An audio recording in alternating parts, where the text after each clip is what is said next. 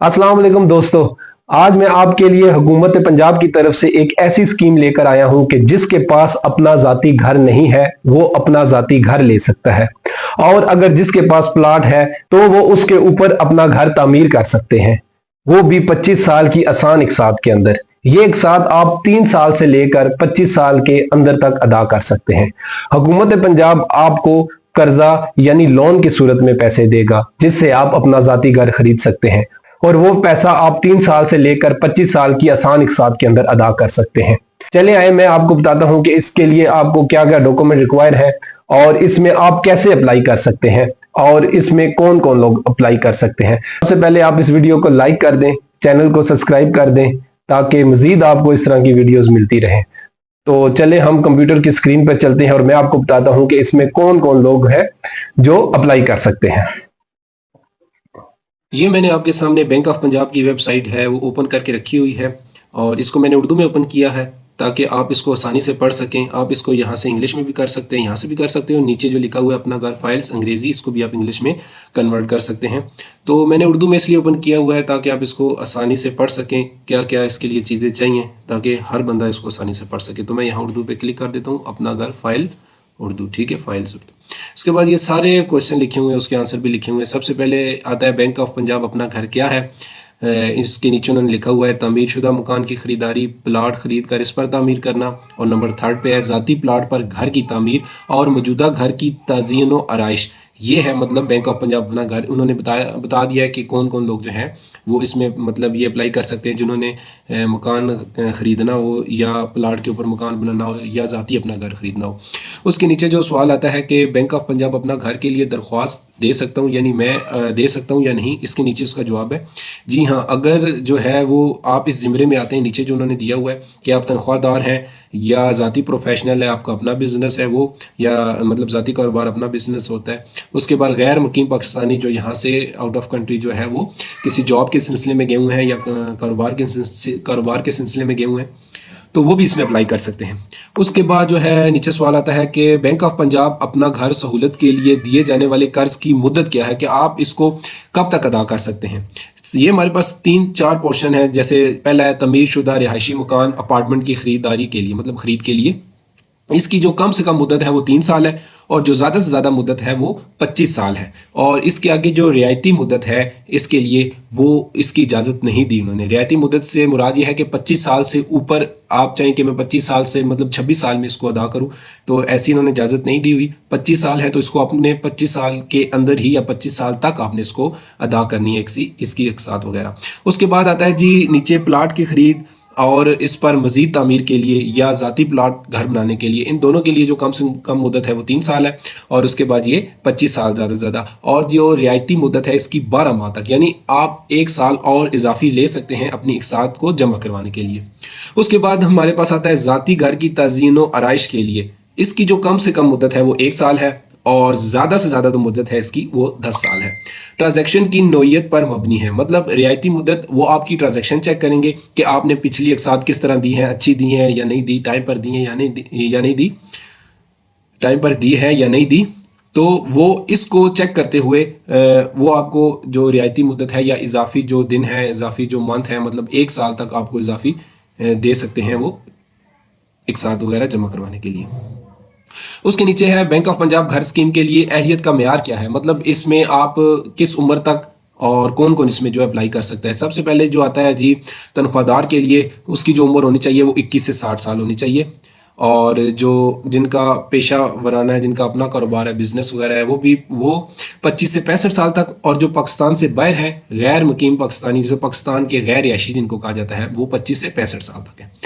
और मुलाजमत का जो तजर्बा है वो तीनों के लिए, यानी तनख्वाह गुजार के लिए, जिनका अपना पेशावर और जो अपना बिजनेस है, और पाकिस्तान की गैर रिहायशी, तीनों का तय हुआ है।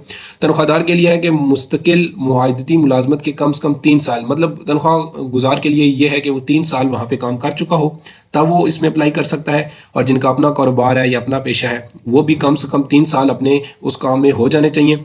और जो पाकिस्तान के गैर रिहायशी हैं उनका ये है कि अगर वो कहीं मुलाजमत कर रहे हैं बाहर, तो वो 1 साल उनका वहाँ पे हो जाना चाहिए। अगर वहाँ पे वो अपना ज़ाती बिजनेस कर रहे हैं तो उन्हें वहाँ पे 3 साल हो जाने चाहिए, तब वो अप्लाई कर सकते हैं। और उनकी आमदन कितनी होनी चाहिए तीनों के लिए? तो तनख्वाह गुजार के लिए ये है कि वो कम से कम 40 से 50 हज़ार रुपया कमा रहे हों, और जो है जिनका अपना पेशा कारोबार है उनकी कम से कम 50 हज़ार आमदनी हो, और जो पाकिस्तान के गैर रिहायशी हैं वो माहाना 3 लाख रुपया वहाँ से कमा रहे हों, तो तब वो अप्लाई कर सकते हैं। इसके बाद बैंक ऑफ पंजाब अपना घर फाइनेंस सहूलत हासिल करने के लिए कौन सी दस्तावेज़ात की ज़रूरत है, ठीक है। सबसे पहले मैं जो डॉक्यूमेंट बताऊंगा वो तीनों में कॉमन होंगे, यानी वो तीनों के लिए ज़रूरी होंगे, और जो मुख्तलिफ होंगे फिर मैं आपको बताऊंगा। सबसे पहले जो तनख्वाहख्वार अफराद हैं और जिनका अपना बिजनेस है और जो पाकिस्तान की गैर रिहायशी है, इनके लिए जो कॉमन है वो ये है कि सबके पास अपना शनाख्ती कार्ड होना चाहिए। अगर वो शादीशुदा हैं तो उनके पास उसका प्रूफ होना चाहिए, और 2 हवाले देने होंगे, और शरीके कर्ज हिंदा ये भी एक जो चीज़ है इसको भी आपने पूरा करना होगा। और उसके बाद इन तीनों के लिए ये है कि वो 4 अदद जो तस्वीरें हैं ये इनको देनी पड़ेंगी, और इन तीनों को जो है ताज़ा तरीन यूटिलिटी बिल्स की कॉपीज़ देनी पड़ेंगी, और मुकम्मल दरख्वास्त फॉर्म जो है इन तीनों को जमा करवाना पड़ेगा। उसके बाद यहाँ से थोड़ा सा डिफरेंस आता है कि तनख्वाह ख्वार के लिए या पेशा वराना जो लोग हैं उनके लिए और पाकिस्तान की गैर रिहायशी के लिए यहाँ से थोड़ा सा डिफरेंट हो जाता है। सबसे पहले हम बात करेंगे कि तनख्वाह ख्वार के लिए जो है वो सैलरी स्लिप होगी, जो तनख्वाह ले रहा होगा उसकी सैलरी स्लिप होगी, मुलाजमत सर्टिफिकेट होगा जो 3 माह से ज़्यादा पुराना ना हो, मतलब आपने 3 माह के अंदर ही बनाया हो, उससे पुराना वो सर्टिफिकेट नहीं चलेगा। और गुज़िश्ता 6 माह की बैंक स्टेटमेंट जो आखिरी 6 माह को तनख्वाह को ज़ाहिर करती है। यह तनख्वाह गुजार के लिए है कि वो पिछले 6 माह की जो उसकी तनख्वाह होगी, उसकी ट्रांजैक्शन, उसकी कुछ जो मतलब जो उसकी डिपॉजिट स्लिप्स होती है वो सारा कुछ आपने देनी होंगी, तब जाके ये जो है वो एप्लीकेशन आगे प्रोसेस में होगी।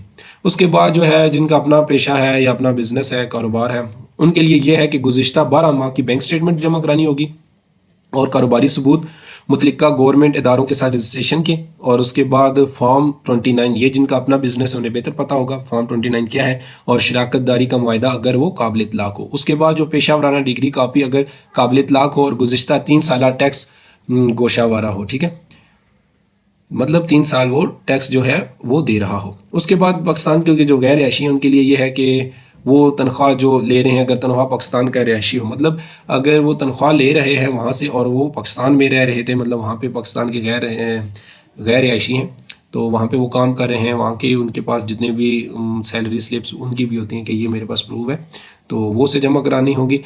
इसमें यह भी लिखा हुआ है कि अगर गैर मुकीम पाकिस्तानी ज़ाती कारोबार या ज़ाती काम करता हो उसके दस्तावेज़ात सारे दिखाने होंगे, और जो ज़ाती काम ज़ाती कारोबार करने वाले की फहरिस्त में लिखी गई हो, मतलब वहाँ पे जो काम कर रहा है उसको सारे प्रूफ उसको दिखाने होंगे कि ये मैं जो है काम कर रहा हूँ, ये मेरा कारोबार है बाय, तो मैं अपना पाकिस्तान में घर लेना चाहता हूँ, तो वो सारा कुछ इसमें मेंशन कर सकते हैं। तो ये जो मज़ीद सवाल है नीचे लिखा हुआ है कि इसका जो मार्कअप है वो किस तरह से होगा, इसका मार्कअप अभी उन्होंने यहाँ नहीं मेंशन किया हुआ। तो ताज़ा तरीन रेट्स बराए मेहरबानी बैंक ऑफ पंजाब की वेबसाइट विज़िट करें, या फिर बैंक ऑफ पंजाब की करीबी जो ब्रांच है उसमें विज़िट करें आप, तब आपको पता लगेगा। और इसके लिए ये भी ज़रूरी है, नीचे लिखा हुआ कि मतलब अकाउंट खुलवाना ज़रूरी है। जी हाँ, बैंक ऑफ पंजाब में आपने अकाउंट खुलवाना बहुत ज़रूरी है, ताकि आप उसमें जो है अपनी तनख्वाह या आमदन का अकाउंट होना चाहिए बैंक ऑफ पंजाब में, तब ये आगे प्रोसेस होगा। उसके बाद माहाना किस तारीख को जमा होनी चाहिए, तो ये उन्होंने लिखा हुआ है माहाना की 7 माह की 5 तारीख से पहले आपके बैंक ऑफ पंजाब अकाउंट में जमा होनी चाहिए, ठीक है, उससे लेट आपने नहीं करना। उसके बाद जो है माहाना किस ताखीर होने की ताखीर जो है ताखीर से अदा होने की सूरत में क्या जुर्माना होगा, अगर आप मतलब लेट जो है एक साथ जमा कराते हैं तो उसमें क्या जुर्माना ऐड होगा, तो उन्होंने लिखा हुआ है कि लेट होने की सूरत में आपको 1000 रुपया योमिया जुर्माना, यानी 1 माह का जुर्माना 1000 रुपया आपकी उस इकसात के साथ शामिल होगा, ठीक है। क्या मुझे अपनी इकसात से पहले अदायगी बैलेंस पेमेंट पर अदा करनी होगी? जी हाँ, अगर आपको रकम का 3% पहले अदायगी की सूरत में अदा करना होगा। उसके बाद जो है जी फाइनेंस की सहूलत हासिल करने के लिए मुझे कौन से इजाफी चार्जेस अदा करने होंगे, यानी ये आपकी प्रोसेसिंग फीस होगी, मतलब जो उन्होंने लिखा हुआ है कि नीचे लिखा हुआ है सारफ को एक बार प्रोसेसिंग फीस अदा करनी होगी, ना जो नाकाबिले वापसी है, जो वापस नहीं हो सकती, ये जो है वो 8000 से लेकर 10,000 ये लिखा हुआ मेंशन हुआ है, ठीक है।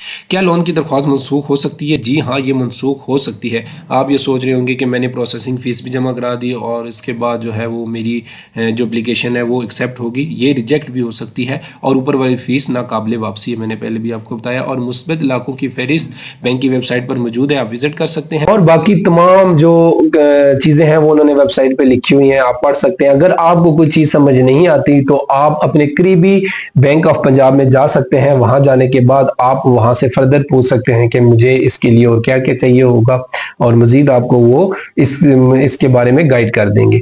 अगर आपको ये वीडियो अच्छी लगी हो तो आप इस वीडियो को लाइक कर दें, सब्सक्राइब कर दें, ताकि मजीद आपको इस तरह की वीडियोस मिलती रहे। अल्लाह हाफिज।